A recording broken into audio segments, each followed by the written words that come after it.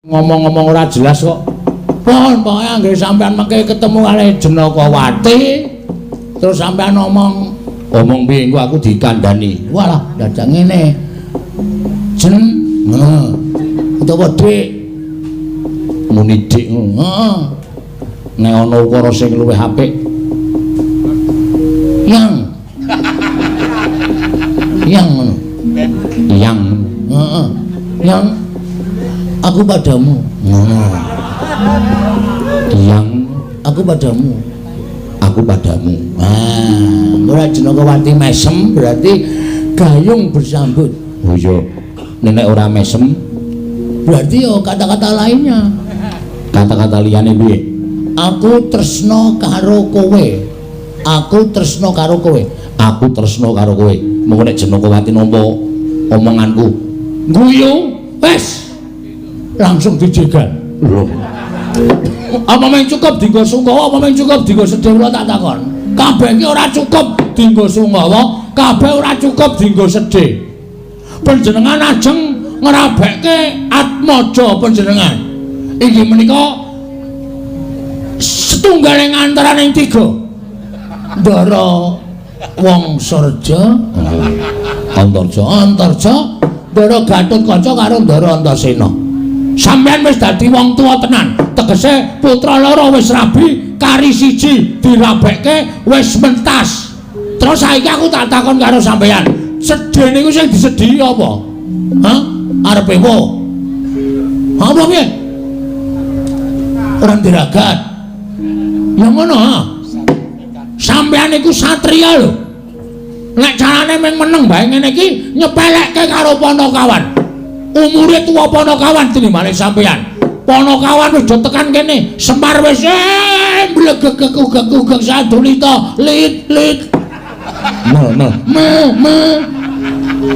Kok sampeyan isih meneng mawon, Gareng disepelekke, Petro disepelekke. Ape meneh ngono kuwi? Bagong aja kurang ajar. Aku kok sik jeg-jegan. Ngono ndaramu nesu piye? Rasa cerewet men wae. Hah? Apik ngono kuwi. Ya wis, nek rumangsamu apik, menengo terus. Rasa omongan. Rasa nganggep iki wong. Dianggep bae iki patung. Sing ora iso dijak guneman. Ngopo yang Satriya Digdaya Sekti Mandrakuna Jayang Palugon komen perkara ngrabekke anake kok susah, sedih. Ora jumbo karo kahanan. Ngerti ora rene aku nek carane kaya ngene. Mbok dolan nang pasar malah entuk kanca pirang-pirang rene dibot-boti kok men dinengke wae sapenake dhewe. Ora ana wong dikepruk ndase kuwi. Deloken wae nek ora percaya. Aku malah teratapan yoga kuwi ngono kuwi. Rasa gila. Gunane apa dhewe wedi nek dinengke ngene iki? Ora ngajeni karo pakaryane wong cilik. Ora ngajeni karo pakaryane batur, ora ngajeni karo pakaryane apa jenenge Panakawan. Anggepe ora gedene semono dimong kok saiki bareng wis gedhe kok nyepelekke wong tuwa. Ngopo?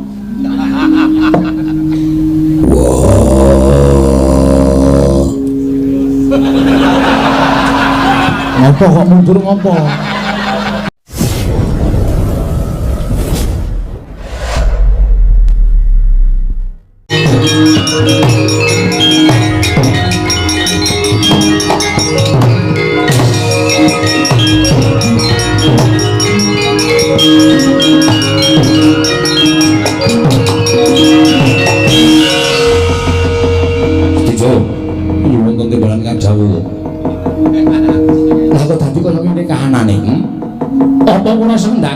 Kamurkane prajurit Traju Trisna ingkang padha gelem karo prajurit saka negara Astina. Malah kula piyambak mboten mangertos awit saking ngaturipun utawi pengedharipun Paman Pancatnyana tumuli kula nakinaken wonten ing mriki. Estining manah kula badhe menggak ingkang sami Bandayuda. Mula sepinten kalepatanipun ingkang putra Tanjawadana ya ora dadi ngopone ora sakti terus ya. Ngerti ya, Wanuman Bronto kewajiban ngombe manten saka negara Astina. Pramte ngono ing Madukara ingkang wiganti bakal ndoro marang Jenakawati. nadyan dikupiya wae ento kowe wani karo wong Astra padha karo wani karo wakmu Mandura. Iya, 1000 kalawatan diaku pangasemi. Ayo piye? Piye? Golek dalan nyangkal putung ngono. Golek dalan liyane aja nyedet perjun saka negara. Ngono.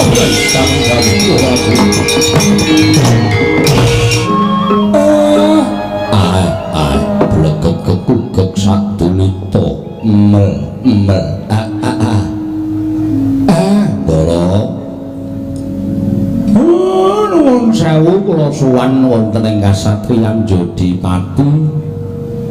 Miturut kabar sing kula tampa, Den. Sampeyan pun kencang semayan kaliyan ingkang rayi Ndara Janaka. Ajeng bebesanan. Nuwun sewu ingkang badhe dipun rabekaken sinten?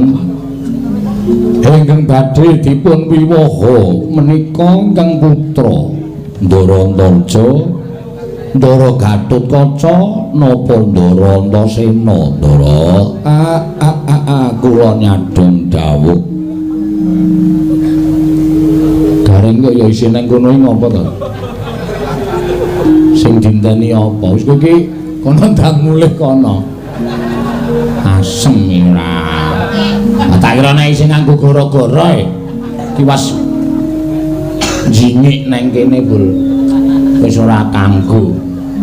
Sura sing nganggo gareng kae, gareng kowe wis cukup. Ha iya. Lah ya mau ki ngabari ta ya, Truk. Iki ki isih kanggo apa ora Tiwas sudah tudut. Bul bareng mlebu Patet Sanga terus Ndara Werkudara rawuh. Nek sire ya arep nganggo gara-garane Ndara Werkudara rawuh ki mengko nek Ndara Werkudara ki piyane kau. Nek awake dhewe gojek, awake dhewe seneng-seneng. Wah, para kawan Duranti utek. Bendarane Sunggawa malah tetembangan jlen mudhar kabeh. Ning nuruti kowe. Ya wis ora apa-apa. Ajare Ndara Werkudara arep kagungan hajat.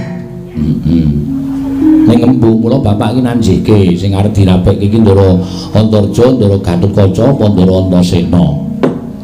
Nek Ndara Antarja kuwi ya wis kagungan garwa, Ndara Gatotkaca ya wis kagungan garwa. Lah iki incengane mesti Ndara Antasena. Ning Ndara Werkudara mesti bingunge Ndara Antasena kuwi piyai kau. Monggo sing wani karo bapakne ming Ndara Antasena. Nek Ndara Antasena didhawuhi ora gelem, wah ngrekoso malah engko iso bapak karo anak do gelut. Wong kae ora tau wedi karo bapakne. Kae iki kaya mburi iki. Ora tau percaya karo bapakne kaya mburi iki.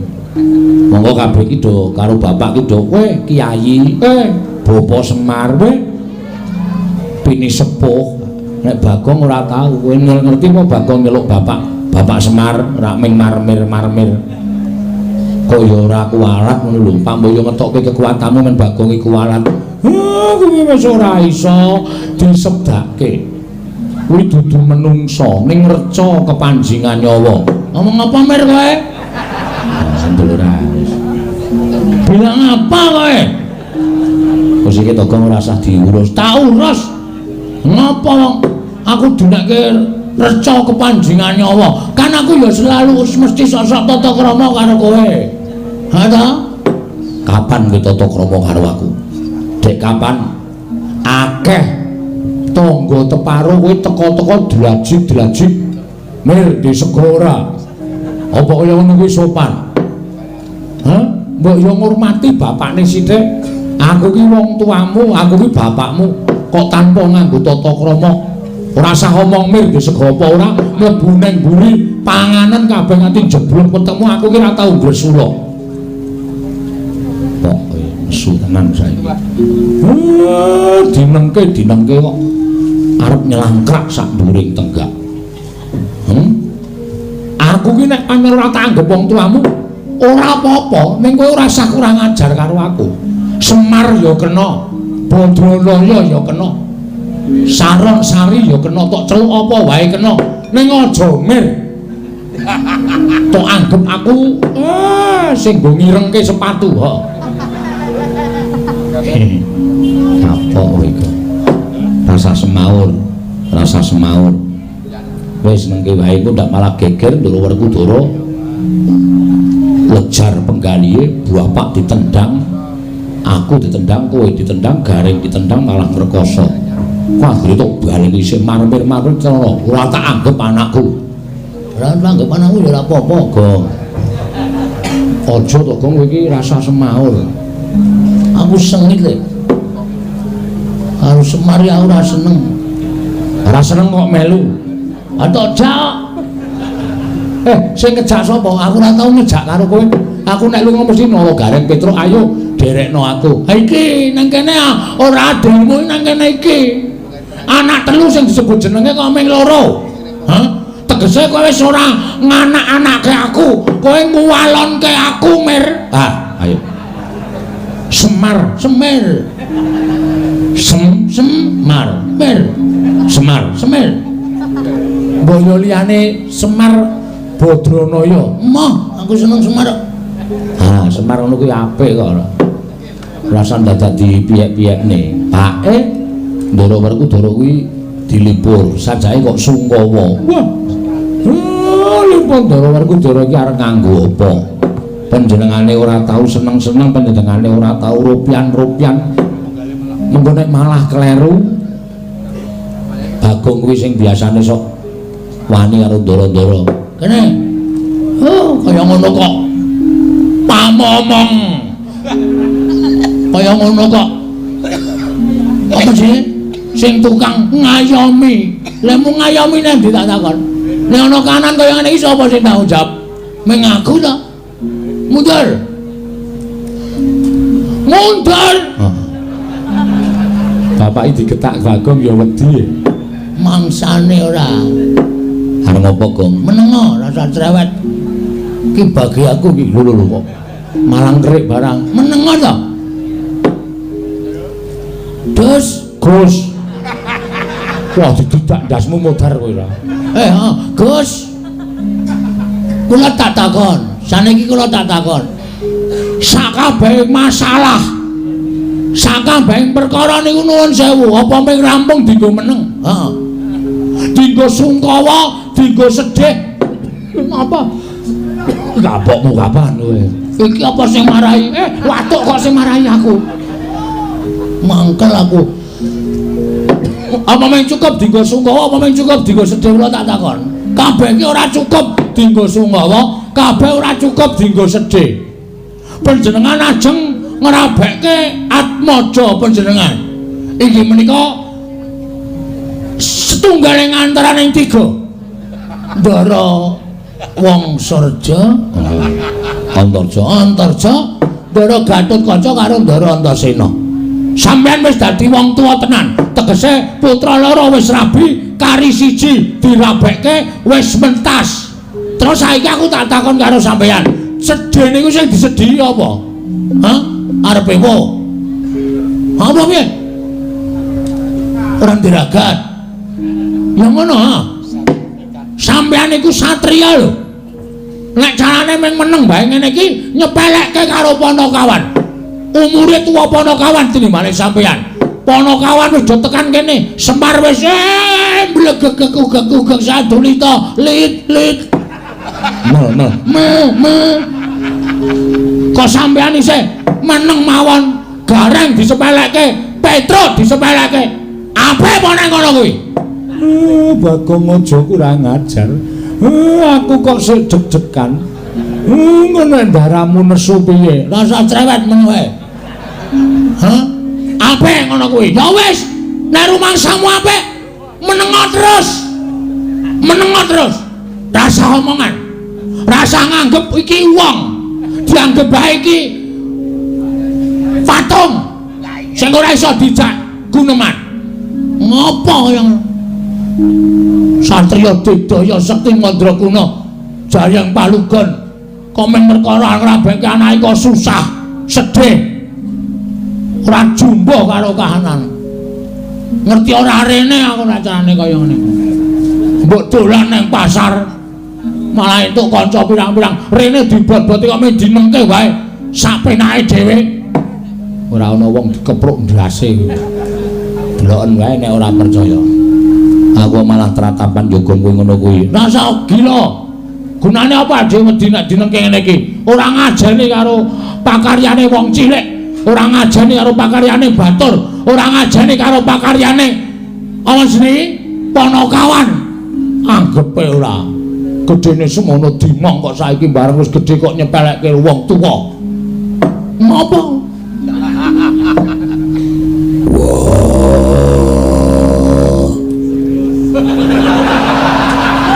Ngapa kok mundur ngapa? Ayo maju lho. Kok tak keplandasmu lho, Tru. Tangane wis mulai medhun e. Mulai madhis ngono modar tenan aku.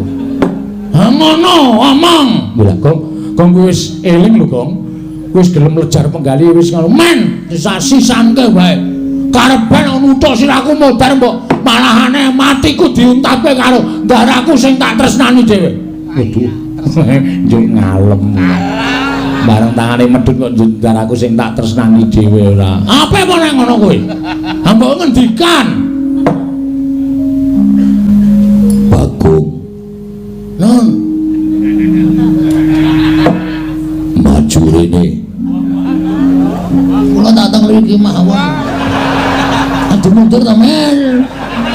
Iki tangane isih ketok e.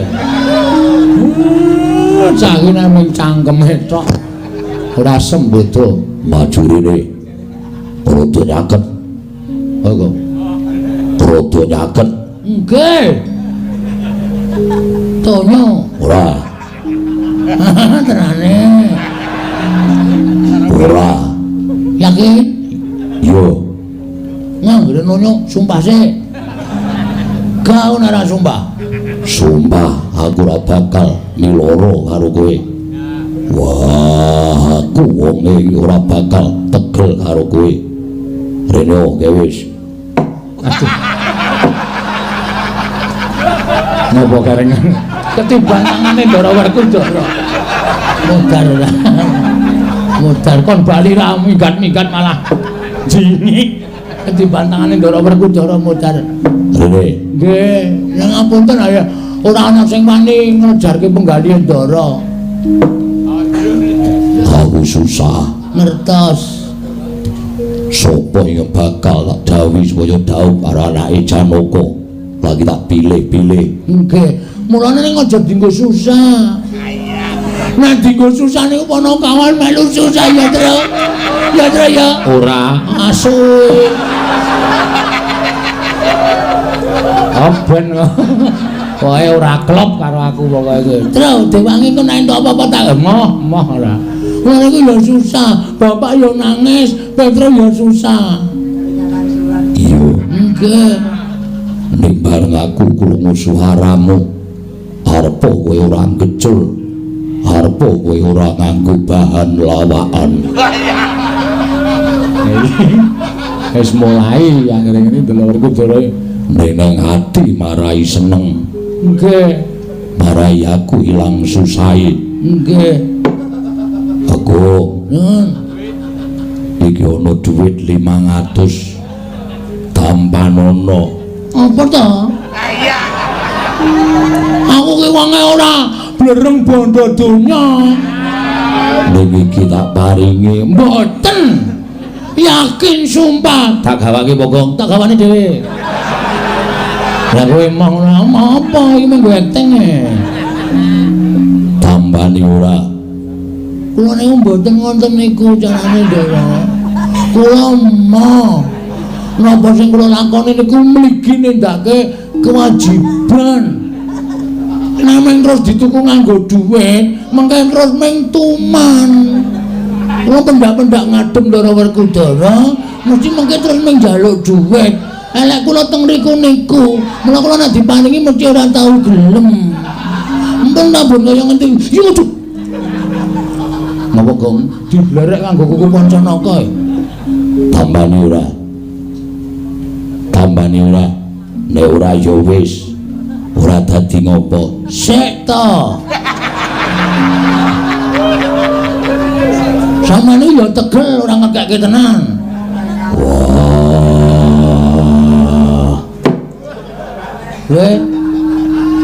Aduh. Ta. Ndasku, Tru. Lah piye? Tukono counterfeit. Oh iya. Sing dingin ya, Tru. Larang kae, Gong. Kantos saged to? Ora masalah. Oh iya semua jan malah ndoro iki ngeplak Bagong barang dadak golek counterpaintnya wis kecekelnya. Tuliske. Tuliske, Tru. Iya. Asmi. Delok. Iki Ngandel ora. Kowe iki mesti ngono kuwi ya, Tru. Counterpaint. Iki rak tulisane oleskan sebelum dipakai. Ki nek nganti bumbunanku mencelat ngono. Antel sirahmu kowe. anane salep iki ya iki ora. Gawe. Nih, dadak loro nih. Yo tambani. Lho, pinten? 500. Berarti 650. Salepe 150 Wah, caidan. Jaluk imbu kok werna-werna. Didum sing adil. Karo dulur-dulure bapakmu iki wenehi. Mel. Ki entuk Den Skandara 75. Bagong kuwi wong kene kono iki Semar iki dianggep budhek apa piye? Wis ben. Dosane men disandang. Tak sandange. Men dosa ya. Kulino aku men. Piye terus piye? 75. Kowe kan ngegake kowe selawe didum wong 3. Ya. Ya wis tak terima ya, Gong. Heeh. Reng njaluk ora? Njalukno. Oh, tombo sirah ketiban tangane Ndara e. Metro iki eneng dhuwit 5.000. Lah turun ngene kok. Mulane anake ya kaya ngono kelakuane. Tambani. Ayo mari. Sah. Mau didum wong loro. Jaluk ora reng, jalukno. Ki ana dik 1000. Wis terserah sak paringmu. Wah, kari dhewe iki wis. Lho, kok nggawa loro 500-an loro? Oh iya wis. Wis njaluk dhewe ya. Dara. Oh.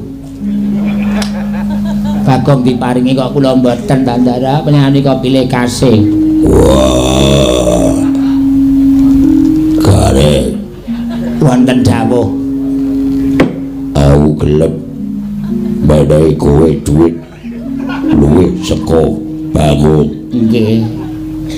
Wah, ning matamu gantinen sik. Diganti napa? Ganti neker. Kelereng. Mengko saya apik. Apa wene ana rating Honda 70. Sing ngomong Bagong. Sing muni rating cangkemmu ha. Matane kakane kaya rating. Puas kowe.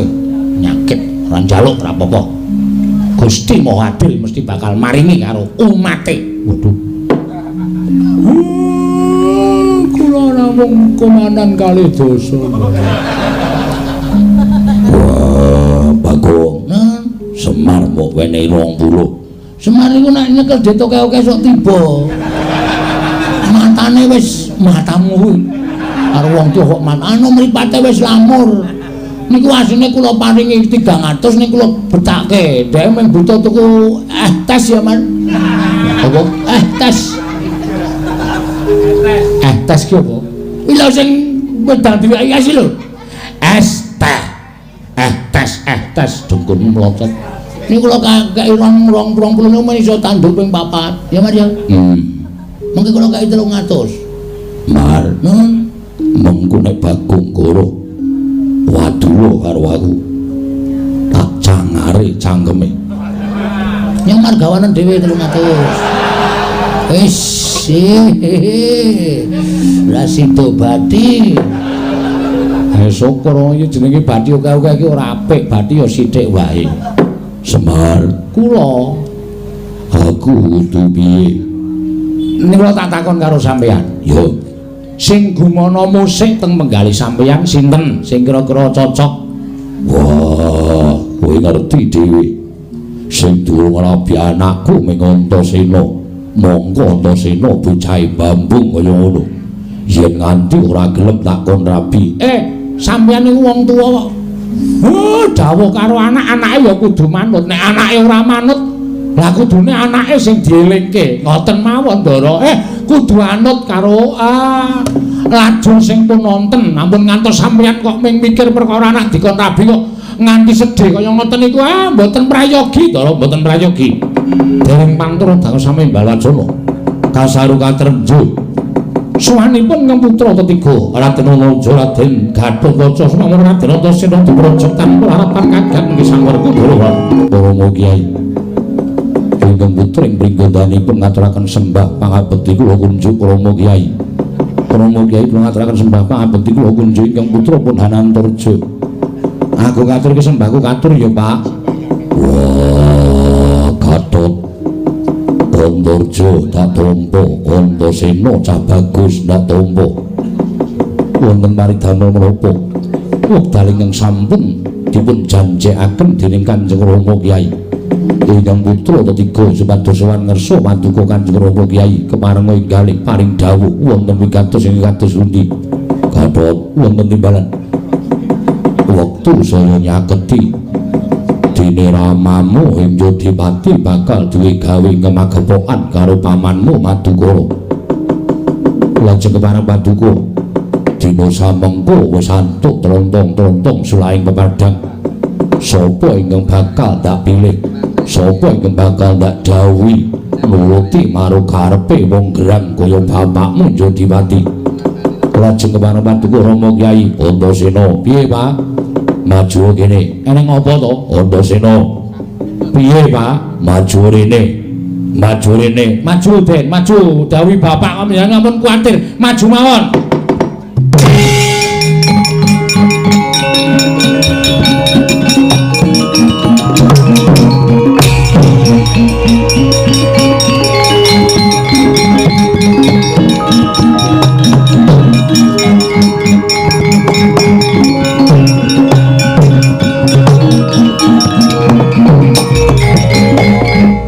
Apa kok katon wigati kowe tak critani.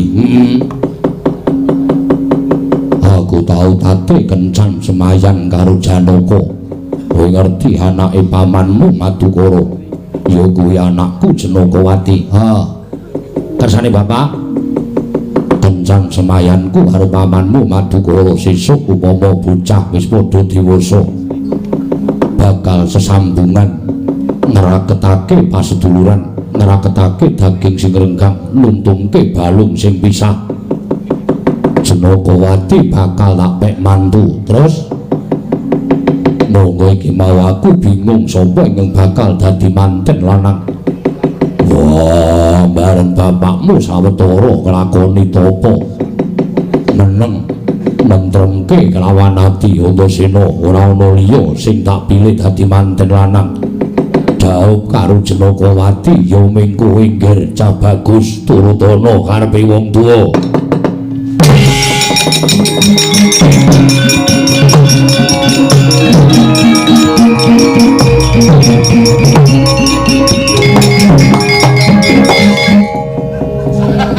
Pak.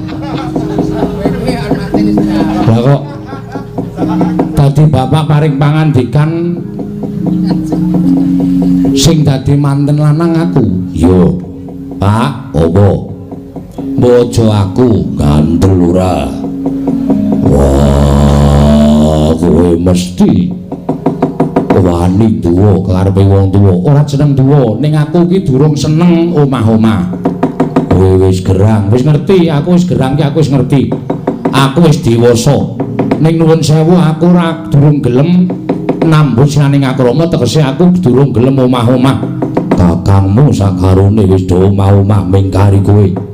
Yen kowe gelem omah-omah tegese kowe ngendhengke gaweane wong tuwa. Kowe aja wangkel, kowe aja ngengkel. manut mawon to, Den. Manut mawon, Ndara. Manut mawon to, Den. Aku ya ora ngono kuwi. Asasi kok, Gong. Gong, kula dijaluk bali lho. Oh iya, Den. Nek kula ya manut, wah lali aku terus. Kira-kira kudara krungu ora ya? Krungu ya. Engko paling dijaluk meneh iki nek tak gunake. Monggo tuku apa-apa terus engko. Ya aja ngengkel karo aku. Kaya aja netangi kampurkaning wong gerang. Manut ora? Nuwun sewu, Pak. Nek aku didhawuhi bapak munggah gunung medhun jurang gedhe-gedhene jegur segara. Aku ora bakal wegah. Ning nek bapak dawuh aku kon rabi, aku durung iso nglakoni ya. Aku durung iso dadi wong tuwa sing apik. Aku durung iso dadi bapak sing apik. Upama aku nggonku rabi diparingi momongan. Ngumbangane mengko bapak Kisra.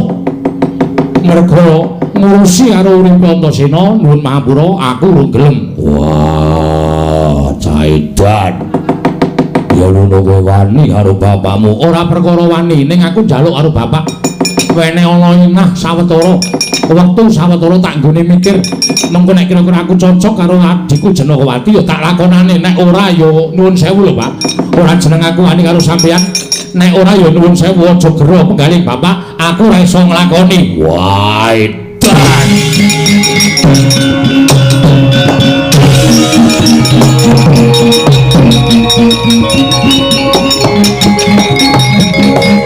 Kakang Mas. Kanjeng Rama duka karo Dimas Antasena. Dimas Antasena ditibani tangan nganti kuntal kaya ngono, Kakang Mas. Kula mboten badhe mentara, Kakang Mas.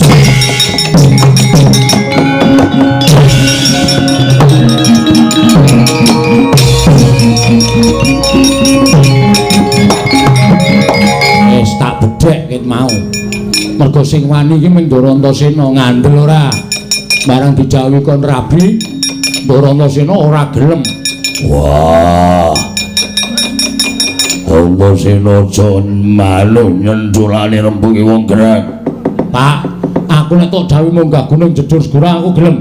Nek kon rabi kosek Pak, tak hitung dhisik. Wah, Caidan. Mana mau ya, Dek ya? Ah, ya. Aku ya weruh kok. Ha iya. Asem tenan. Awis biasane do gelet ki. Ha iya aku ya nganti gumun. Ndara Antasena ki lho mesti wani karo bapakne. Heeh. Begitu Ndara Werkudara. Wah. Antasena. Kowe gelem rabi apa ora? Wah, aku nek ora nyedak ndono. Caidan. Wah, nesu. Ora indo tak pinalti raine. Penyakit to. Menungso Den sabar Ndara. Supaya ngoten Den.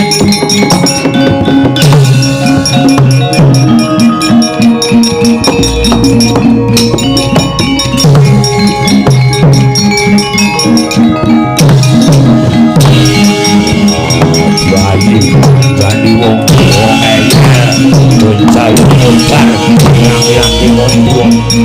Wah, sabar. Sampeyan kudu tekel.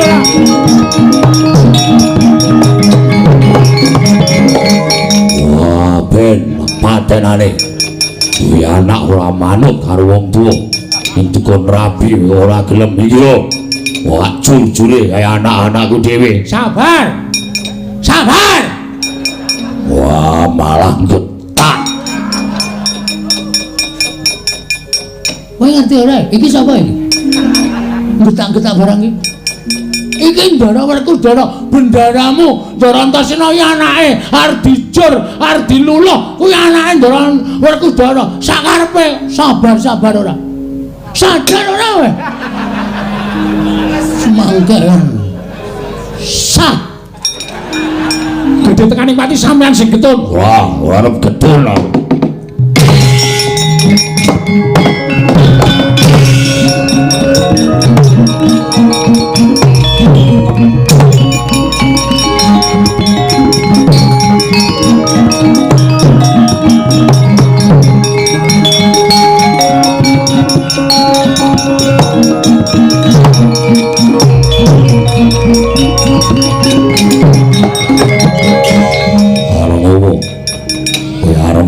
karo aku. Kowe malang krek ning ngarepe wong tuwa, kowe malang kadhak ning ngarepe wong gerang, arep wani karo aku. Pak, aku durung iso nglakoni. Wah, edan. Kowe kepengin bapakmu ndang mudhar. Kowe kepengin bapakmu ndang ora iso mbok sawang, ora tau manut karo wong tuwa. Gatot Antarja kae bocah-bocah sing iso nyuwargake karo wong tuwa. Ning kowe ora tau iso gelem gugu karo dawuh wong tuwa. Wah, getun aku di anak kowe. Tapi aku tak balino ibu kok piye? Nek pancen bapak getun ning aku urung iso nglakoni den dipenggalih to. Wong nabi niku abote pripun? Teng Rama niku wis budidaya supaya sampeyan iku entuk jodoh lho kok mesti moh. Wah, Petro rasakno atiku. Nggih. Kula ya krasa. Aku mergo arep ngrabekke anak diwangsuli.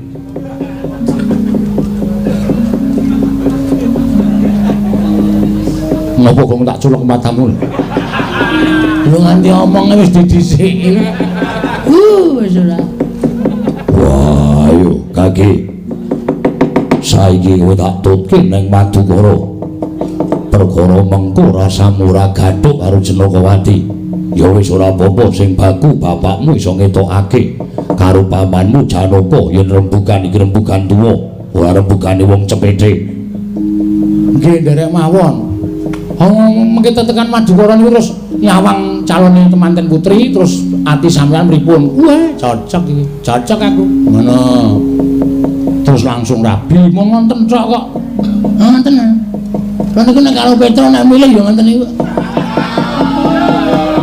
Petro cocok aku Petro ora cocok aku cocok tetep kudu cocok. Ya kok. Aku sok muni aku ora cocok e. Ning aku cocok e kae wae.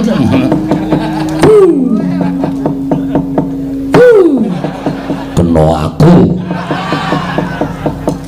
Ora minggat ana geng ora. Wah, Ning nek upama aku atiku ora sreg, nek aku ora gelem, bapak ora apa-apa. sing wigati tekan Madukara sih. Nek ku atiku sreg aku tak matur apa manane. Nek atiku ora sreg, bapak ora gelah penggalihe. Ora. Wah, durung dilakoni wis cerewet. Nek ngono aku manut, Pak. Nek ngono aku manut. Nek kira-kira aku sreg karo manten wedok, tak lakonane. Nek ora, nyuwun pangampura. Yo, ayo tekan Madukara. Yo, Pak. Kula nderek gitu. Yo, pono kawan kabeh padha melu.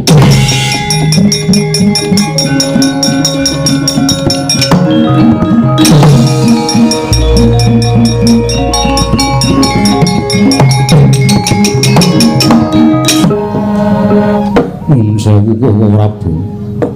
Sarawuh paduka Kanjeng Koko Prabu.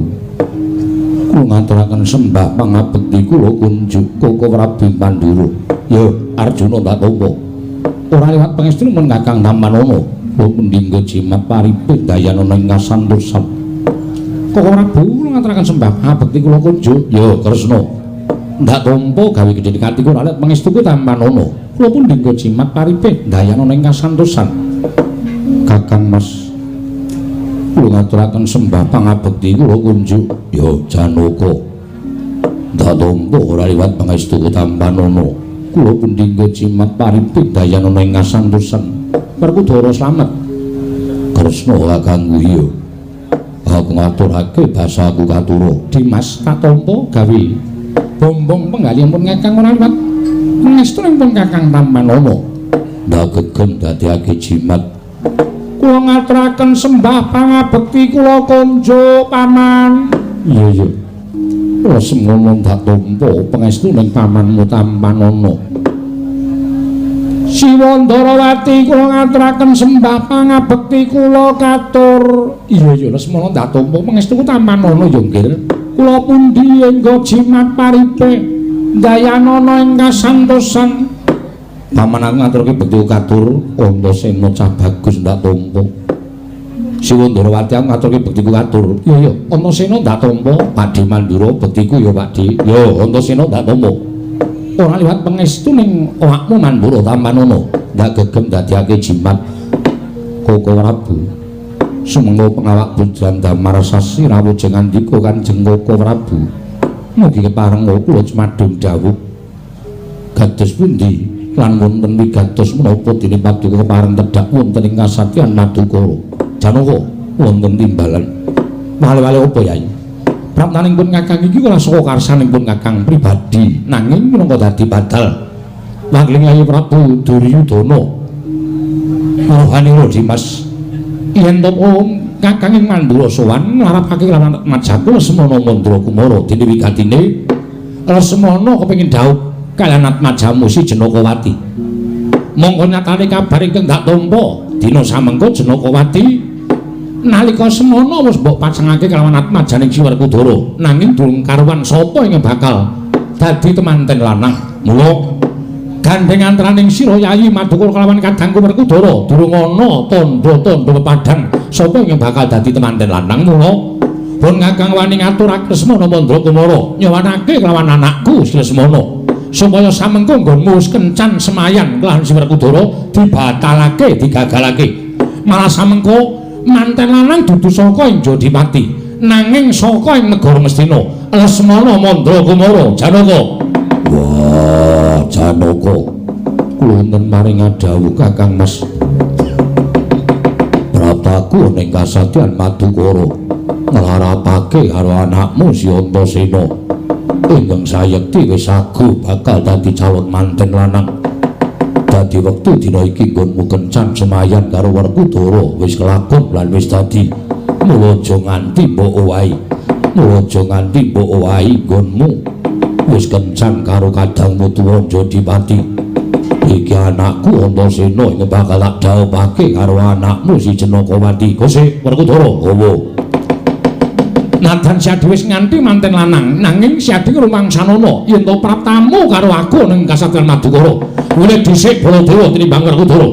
Mula nadan anan Atmajamu wis dipacangake karo anake Si Janaka. Nanging praptane Lesmana luwih dhisik, mula Janaka kudu metung perkara iki. Aja mung sakepenake dhewe nyisihke karo calon manten Ngastina, nanging kowe ngukup calon manten Jodipati. Tegese kuwi ora adil, tegese kuwi ora adil Janaka.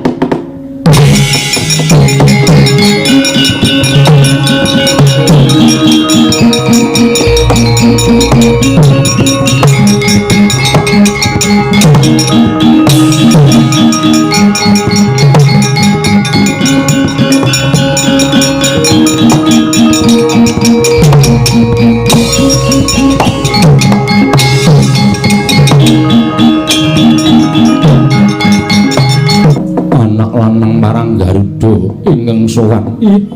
Kula nyabanungsa Maduka Paman.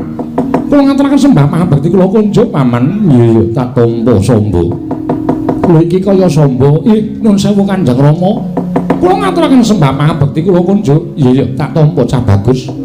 Pangestunipun Rama tampanana. Lah kok dadi kowe bareng karo kadangmu tuwa ing Trajutresna. Rama sepinten kalepatanipun ingkang putra Tadah Wadana. Mugi sak mangke malah langkung prayogi menawi Kanjeng Rama mangertos dhateng lampanipun. Lelakon apa Stijo? Nalika semanten kula nampi sowanipun kadang kula taruning marang Garuda pun Yayi Samba. Piyambakipun kepengin saged amengku garwa dhateng Atmajanipun Paman Madukara. Inggih menika pun Yayi Jenakawati. Nanging sajaipun badhe munjul Paduka Kanjeng Rama. Kadang kula pun Yayi Samba menika ajrih menawi nampi dukanipun Kanjeng Rama. Tumunten sowan dhateng negaring Trajutresna lan kula ingkang minangka dados wakilipun Kanjeng Rama kula ingkang sakmangke badhe nyuwun supados Paman Janaka maringaken pun Yayi Jenakawati kaparingaken dhateng kadang kula pun Samba Wisnubrata badhe winengku garwa Kanjeng Rama.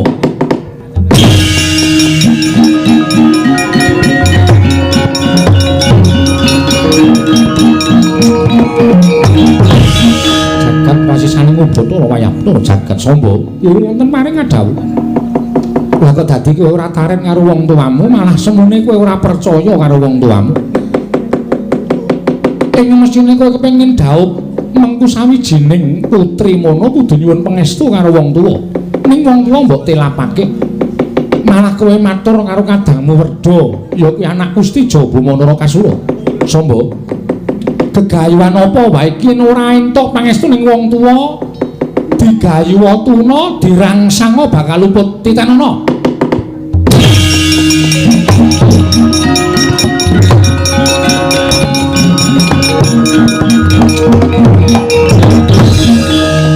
Kanjeng sewu-sewu kalpatanipun ingkang putra Tadah Wadana. Nadan sampun mekaten pangandhenipun Maduka Kanjeng Rama nanging kula badhe anyobi dhateng ketrimaning gesang kula. Genggan sing langit kelap-lapaten lirikin sanging risang mawe gandrung.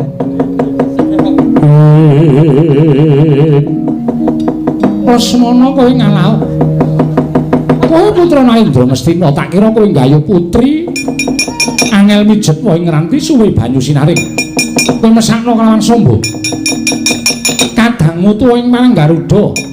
Ing selawase urip aku ora tau ngayunake putri dina samengko lagi kaprawasa rasa tresna kelawan Janakawati. Mula tak jaluk kanthi banget. Adhiku Lesmana Mandra Kumara saka negara Ngastina tak jaluk manten lanang Ngastina mundura wae.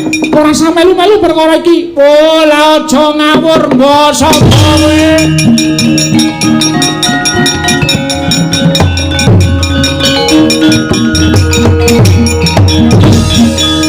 Gong rene ya. Delok wong ngarep gelut, Gong. Aku lagi nyaron. Nyaron kluntah krandil ngono kok. Sing meneng. Alon-alon bae ya terus mbah. Alon-alon iki kaya ora kecekel rasane. Tak tohi pecahing caca muncrating ludira. Wah, lakon penjangkamu kowe Lesmana.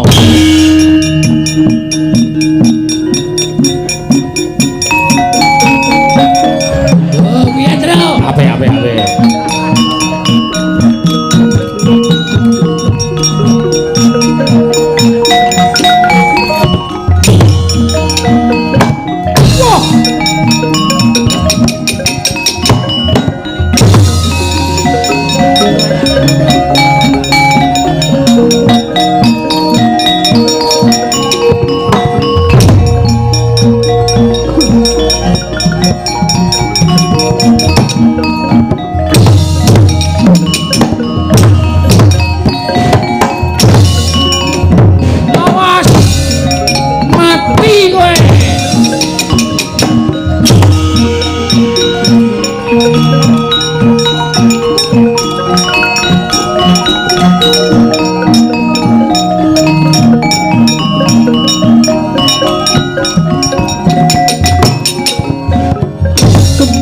Dadamu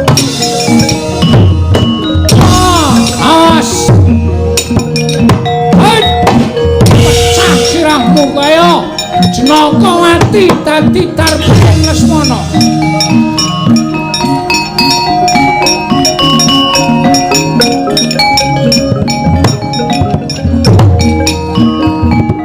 Aduh iyung.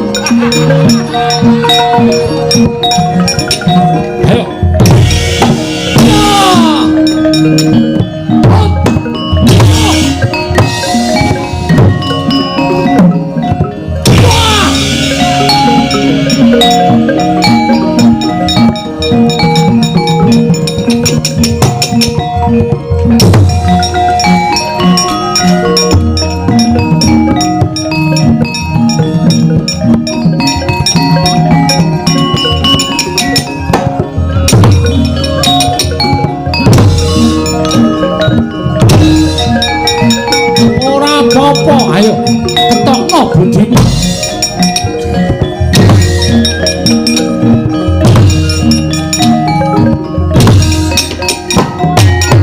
Awas, mati kowe.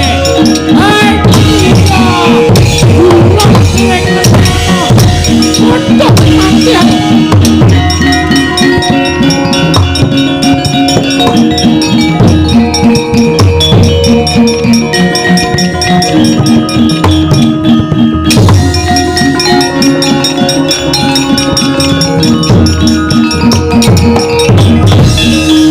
Adikku di sajake kaya karton ketemper yudane Ki Adi. Waduh, kula menika slaminipun gesang menika dereng nate Kula menika nglampahi peperangan dereng nate kula menika adu atos sing balung wuleting kulit.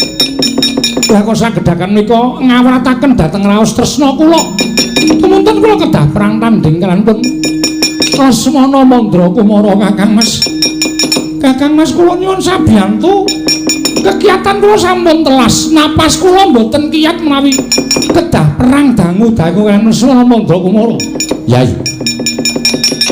Wis dadi gumula ing rembug ora entuk ewang-ewangan jroning perang tanding iki.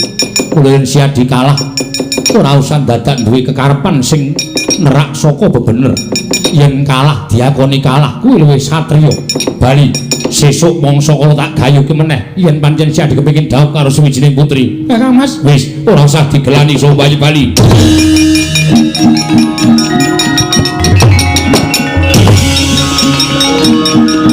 Ayo, wis lunga siji mantene ayo, ayo.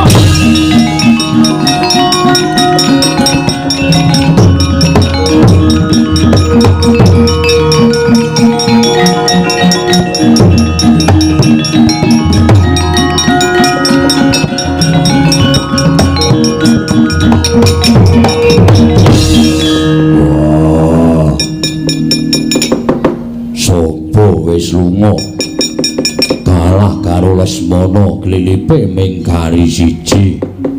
Kowe manggato Lesmana bandingen mudhar terus kowe rabi rampung. Lakon kok ora ditutuki ngono kuwi karo anake kaya ngene nganti geseh pikirane. Geseh yo men. Wah, dasare kit lahir yo wis geseh. Edan mbok ben Gagas Antasena ora kaya anak-anakku liyane. Ning janjane sampean malah salah lho, Pak. Salah piye? Nek aku anake bapak ki pancen tus anakmu tenan. Bapak ora iso ndodhok, aku ora iso ndodhok. Bapak ora iso basa, aku ora iso basa. Bapak duwe kuku, ora ketang cendhek aku yo duwe. Ki tegese aku anakmu tenan. Ning saiki sing perlu tok perhatikan. Sing perlu tok teliti malah Kakang karo kanca Kakang Anturja kae. Werkudara ora iso ndodhok, ora iso basa kok anake do sopan-sopan. Itu malah perlu dipertanyakan. Wah, aku kok cocok to? Ning tenan lho, Tru. Ah iya. Anake mesti turun karo wong tuane. Mesti. Nah, anakku kae matane gede-gede kaya aku. Cangkeme ya ombo-ombo. Nek Ndara Antasena putrane Ndara Werkudara ki rasa dadak do ditakoni, mlaku bareng ae wis ketok. Weh, Ndara Werkudara karo putrane padha-padha ra iso ndodhok, ra iso basa. Heeh. Nek Ndara Werkudara kok kaya duwe anak kaya Ndara Janaka alus. Lu perlu dipertanyakan. Ora. Mengelat langgam sesi demen. Udus. Kok Ndara Arimbi ya, Tru? Mbuh, aku ora melu-melu ora. Oh, Bagong kuwi kaya ngono kok. Mangkat. No, mangkat. Mangkat piye? Lesmana dikalahke. Ayo menyang. Nek mung Lesmana ae jane aku ani lho, Tru. Terus, nah aku sing mangkat pripun, Ndara? Ora. Kula sing mangkat, Lesmana tak ajar. Kula sing rabi karo jeneng kula. Wah, Bagong mesti ngalut yen ana wong wedok. Mek karo kowe sek-sek delo mawon. Lesmana, Kakang Lesmana mulih ora? Ora mulih. But mudhar. Pun wonten mawon gesek-gesek. Enggak, niki sing perjalanan sedina mengke sore isih Bagong teng mriko ngono ora tekan wektune. Mangkat yo, Pak, sing hati-hati aja kaya bocah cilik. Ya lho pangestu, yo sing hati-hati. Ora menang karo Lesmana mulih rene tak gecek ndasmu. Yo.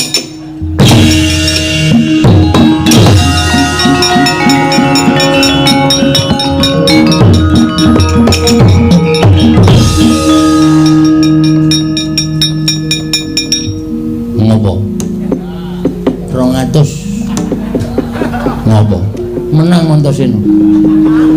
Ayo jelas. Kowe wani totoane milih kok kowe. Mikir. Ha wegah aku. Ayo ora ana alame Ndara Lesmana kok menang karo Ndara Antasena iki ora ana alame. Oke, kowe 200. Nek Ndara Antasena menang, aku bayar kowe 20. nek Ndara Antasena kalah kowe mbayar aku 200. Piye?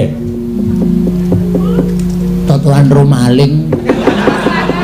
Jempolmu mlocot ora.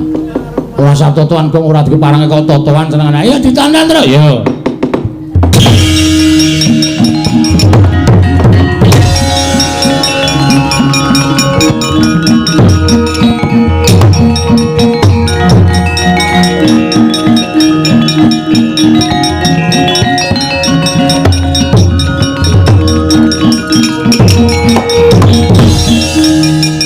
Antasena. Oh, Mas.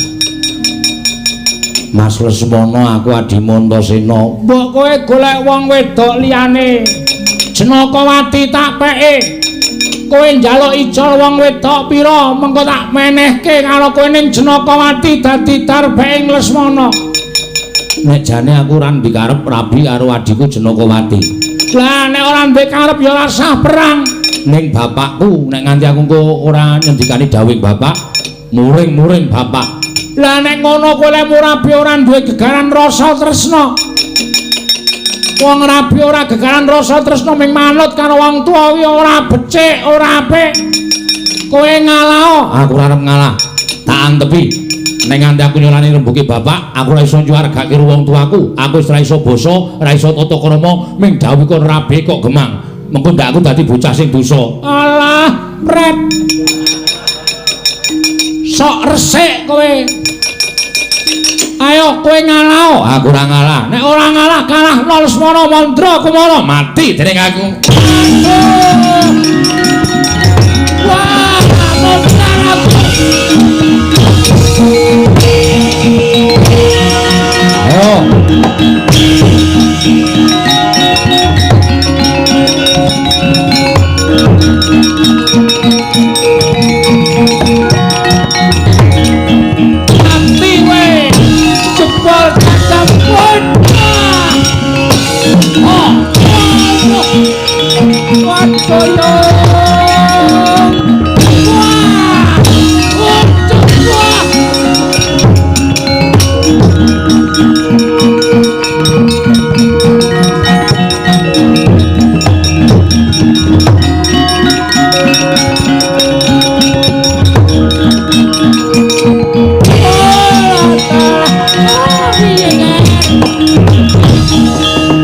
Putuku Sabagus Lesmana piye?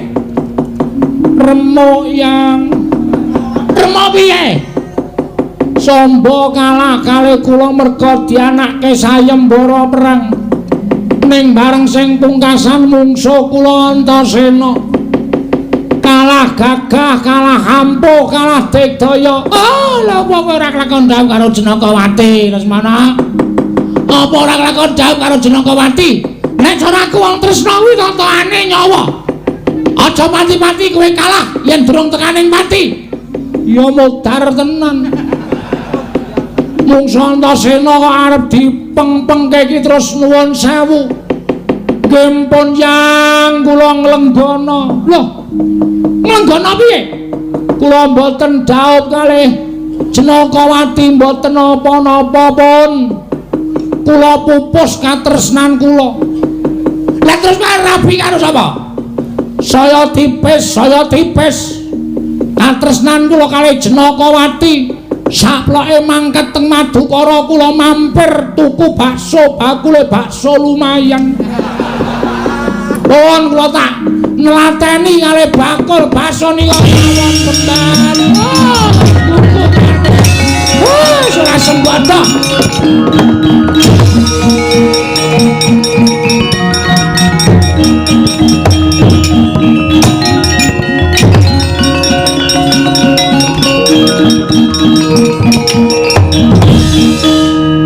Juara dunia. Seneng lho. Pripun to wong kene seneng kok sampean malah merengut. Bingung aku to. Bingung piye? Ya nek aku engko ling nglakoni duwe rasa tresna nek ora. Lah mulane ketemu sik. Ketemuan. COD. COD iki apa? Cocotmu. Tak keplak ndasmu lho. Lah ya ora dong iso muni COD ngono lho. Kon niku radong. Wah, selamat. Waduh. Arep rabi. Iya, Gong. Heeh. Aku bingung lek arep miwiti piye. Wis mulai aja. Mengalir. Lho ditutke perasaane, mboten sak bingung-bingung. Ngono kuwi iki mengke wiwit dhewe kok ya, Truk. Mbok. Aku tak ro gareng kowe. Lah ngopo? Ora tau kompak karo kowe.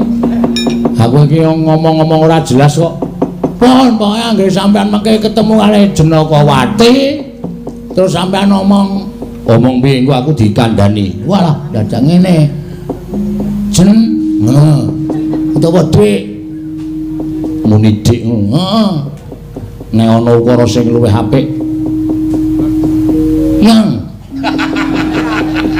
Yang ngono. Yang. Heeh.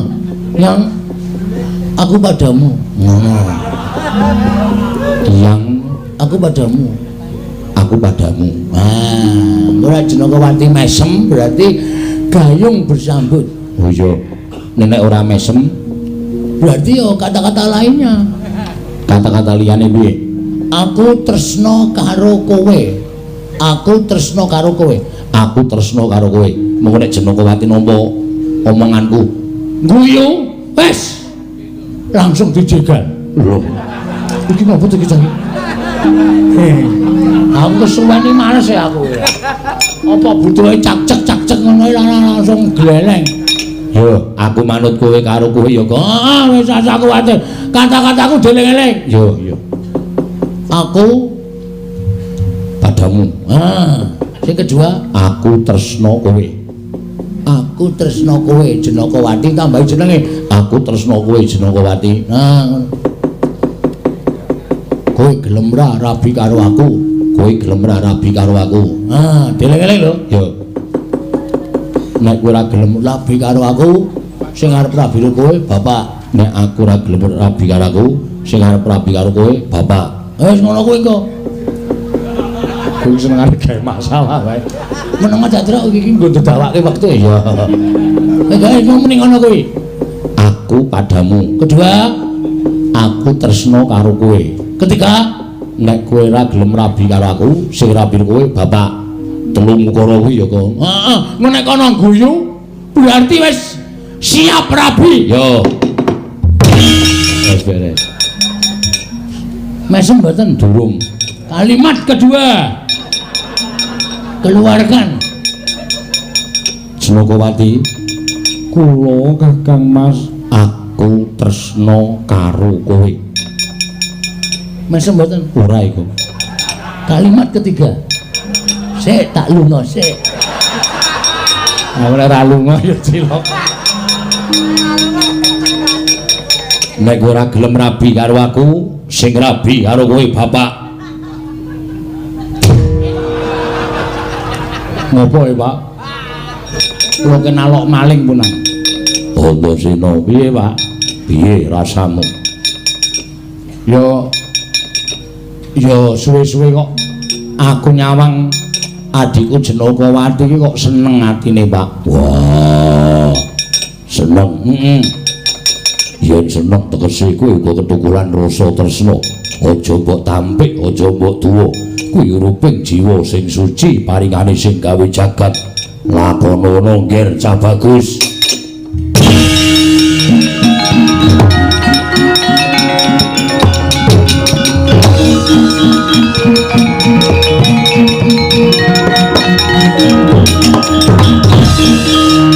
Janaka kula wonten maring adhawuh Kakang. Wah, dina iki wis disekseni. Anakmu Jenakawati dadi bojone anakku Antasena. Mugi-mugi tansah atut runtut dumugi kaken-kaken inen-inen saha kebak ing kabagyan Kakang Mas. Wah, yo. Panos maning dadalan sembane kawane besanan menungso ora tatanan agem kowe iya kene aku menungso ora tatanan matane kaya ngendi ana ratu ngadeg tabrak nganggo pik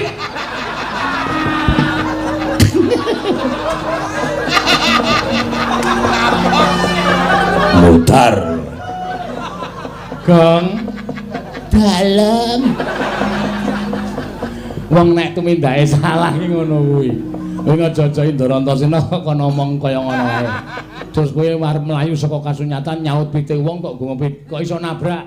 Aku ki ngematke kowe noleh memburi ta, Tru? Ora ngerti nek Ndara Baladewa ning ngarepku grubyak. Menungso aku ora tuh tabrak kopi.